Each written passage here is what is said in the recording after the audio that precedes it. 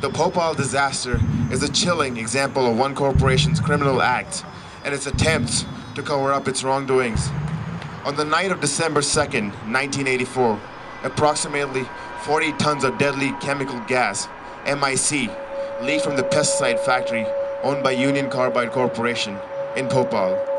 On that night alone, 2,500 people were killed and over 200,000 were injured.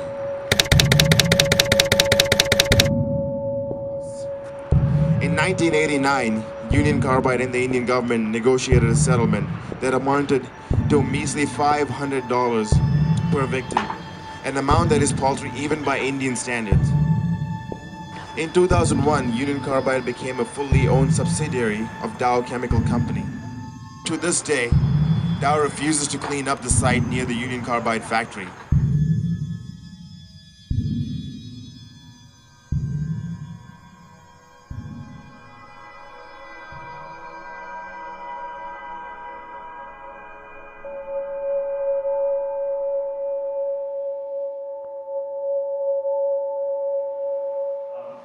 I personally feel justice is equal to everyone, so different people cannot have different forms of justice. Why should poor suffer more than anyone else? And that is the sole reason why I protest. I protest for any kind of injustice. Union Carbide left the toxic site right after the tragedy. The site hasn't been cleaned up yet, and the toxics lying in and around the factory are contaminating the groundwater, and the people who are living around the site, they are forced to drink contaminated water.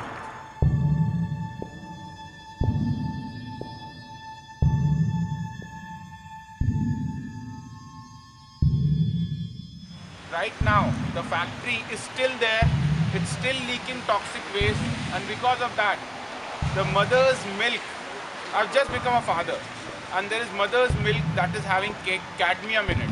And the worst thing is kids who are being born now. So these would be people who are paying for crimes which were committed by someone totally unrelated to them almost 29 years ago.